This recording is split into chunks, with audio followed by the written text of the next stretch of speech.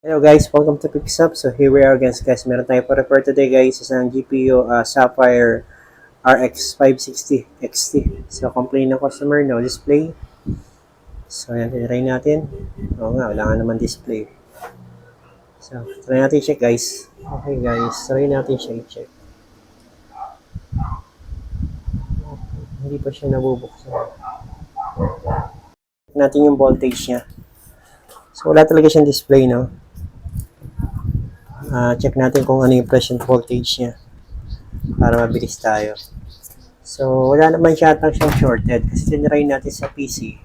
Umikot naman yung fan at nag-power on naman yung ating PC. Kaya, isa yung sa sign na possible na hindi capacitor, MOSFET ang kanyang shorted. Possible meron siyang partial shorted na isang IC or IC controller natin. Check natin guys. Voltage tayo guys. Mabilisan lang tayo. Kasi baka tingnan natin kung umiinit yung kanyang lagyan natin ng thermal pad para hindi mabilis uminit. Okay.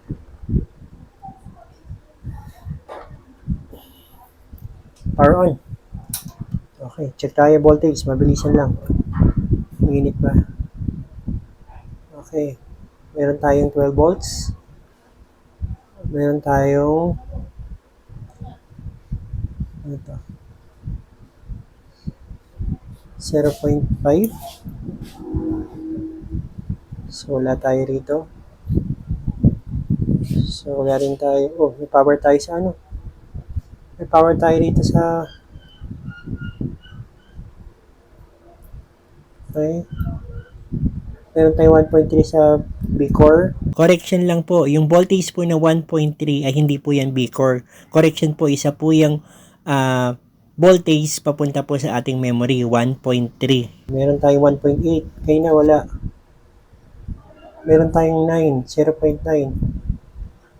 Okay, meron tayong 0.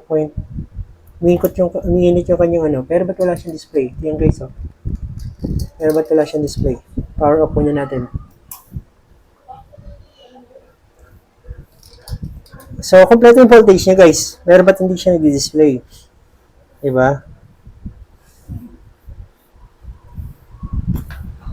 Ang lakas na 12 volts, tapos yung amperahin kinakanya 1.5 o 1.4 something. Hindi ko masyado nakita guys.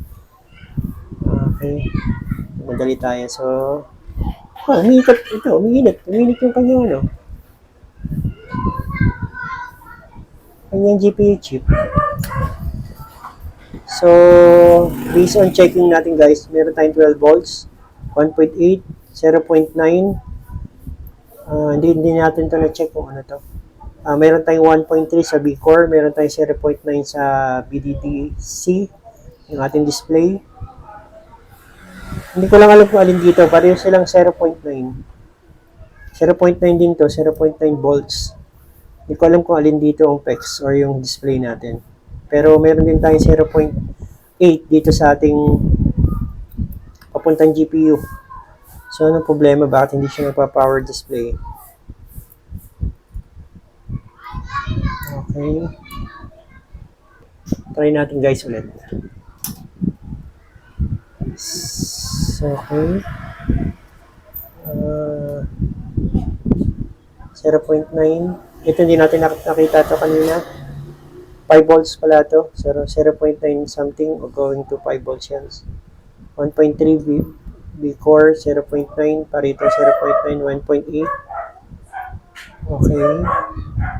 Meron tayong 12 volts. Meron tayong 5 volts sa in. Hindi. 12 volts sa in. 5 volts sa out. Ito yung 5 volts natin. So, yung ating parang di umiinit. So, yun. Wala na tayong sa ating B-core bigla. Guys, mapapansin nyo, nawalan ng voltage yung ating power phase management papunta sa ating GPU. At least dapat meron yung 0.8 or 0.9 voltage. So, nawala. So, yun. Ba't nawala yung 5 volts sa B-core? So, bumaba yung kanyang amperahe guys pag check ko. kanina 1.50 something o 1.40 something. Ngayon yung amperahe natin ay 0.44 na lang, 12 volts. So meaning may problem talaga rito. So meron tayong IC controller may problem.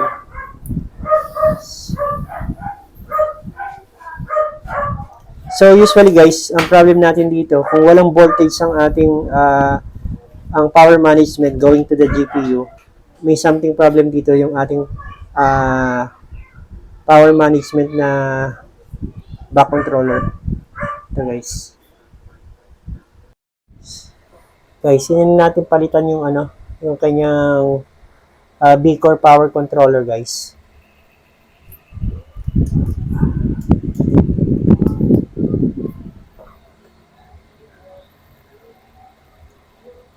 Ganun pa rin guys eh.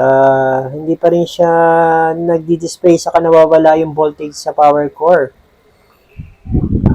Okay. Yes.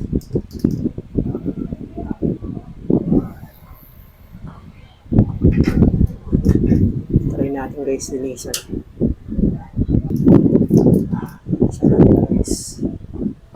Sana gumana na to.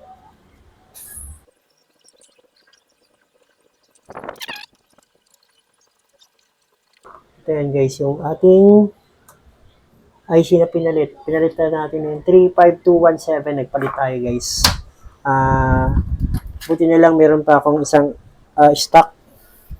May kamahalan kasi yan guys sa online. Magkano ba yan ngayon guys? Magkano ba? Parang 600, 500 plus gano'n. Yan. Nasa 659 din guys. IR IR35217 yan. Tama. May mga mura dyan guys, pero dito akong bibili lagi. Okay. Try natin linisin muna guys. So yun guys, napalitan na natin.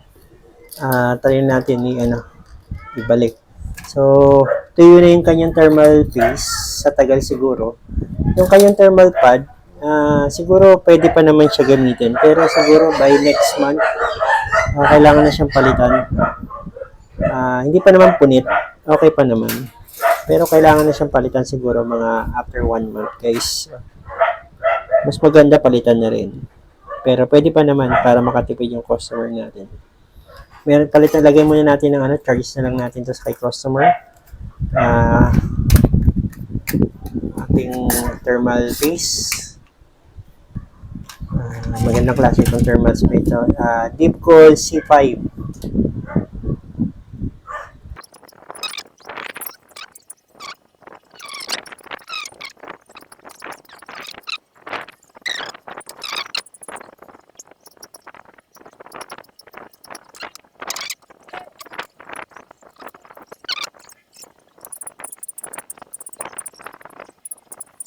Guys, napalitan na natin yung B-core IC controller niya. So, try natin i-test guys. The moment of truth guys. Mag-display ba? Yun, tumunog. Tumunog siya. Pero walang display. Yun siya. Nag-display na guys. Kasi ano sabi niya. Okay, try natin kung magpa-power kung magko-continue ito hanggang sa Windows niya. So, yun guys. Lumabas na yung logo ng Windows. Parang huminto. Ay! Kinabahan ako. Huminto kasi guys eh. Yan yun. Lumabas na yung yung welcome ng Windows ko. So, yan guys.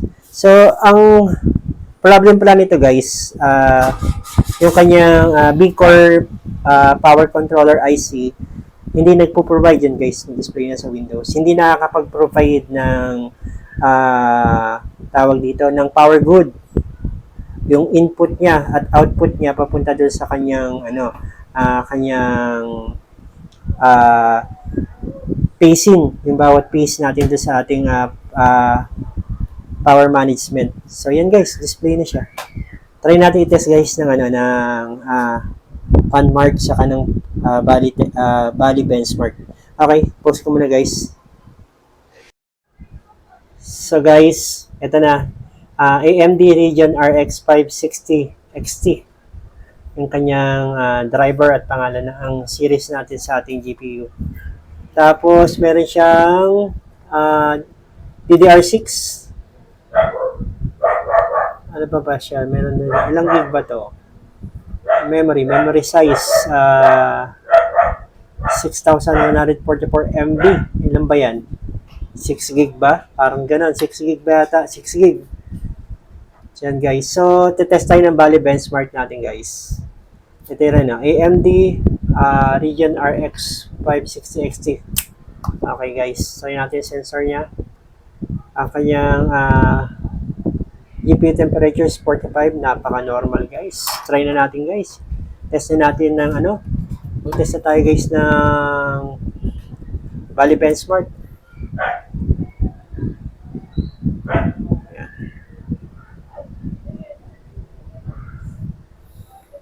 Try natin guys kahit mga 10 minutes lang o 15 minutes. Okay, o tapusin natin yung isang ano niya. Okay. Naka-ultra tayo guys ha. Nakita niyo yung ultra ha. Okay, benchmark. Okay. Try natin ubusin to guys. Hindi ko nakikita nyo itong screen 118.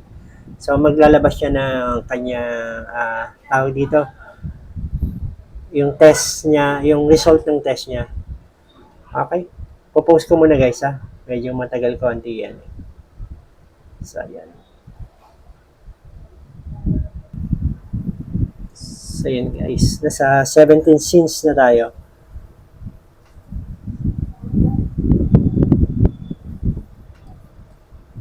So far, so good. Naka-ultra setting tayo guys ha. Hindi yan normal. Hindi rin yan semi-ultra. Yun. So yan guys, lumabas na. Ito yung ating CPU model at GPU model natin. AMD Radeon RX 600 XT. Yan guys. So okay. Ang ating FSS ay 86.8. Napaka-normal. Score natin is 3,631. Napaka-very good nyo guys.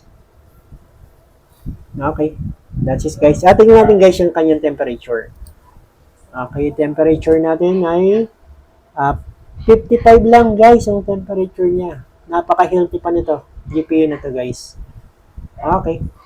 Thank you for watching guys. God bless po. Bye-bye you.